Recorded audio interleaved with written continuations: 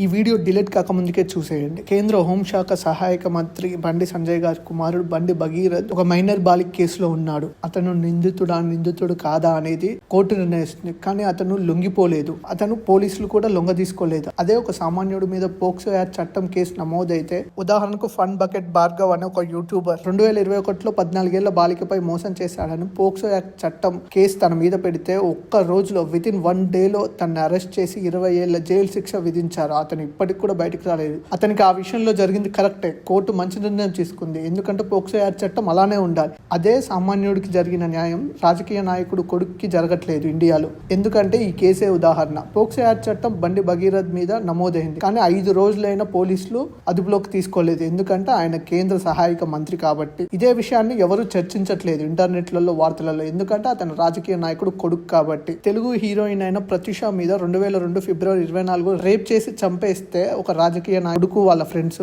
25 ఏళ్ళైనా కూడా న్యాయం జరగలేదు.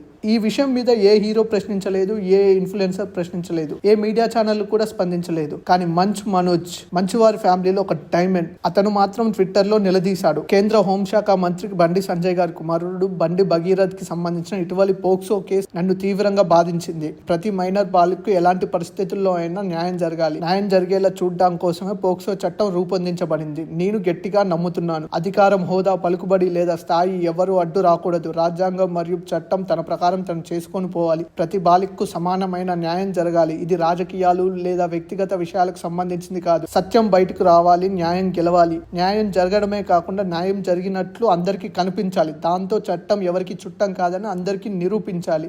నిజాలు అనేవి కోర్టులో తెలుస్తాయి. కానీ బండి సంజయ్ గారి కుమారుడు లొంగిపోవాలి, లేకపోతే పోలీసులు పట్టుకోవాలి. అప్పుడే ప్రజలంతా చట్టం అందరికి సమానమే అని నమ్ముతున్నారు. అసలు మీరేమనుకుంటున్నారో కింద కామెంట్ చేయండి. ఈ వీడియో మీకు నచ్చినట్టయితే ప్లీజ్ లైక్, షేర్, సబ్స్క్రైబ్ చేయండి.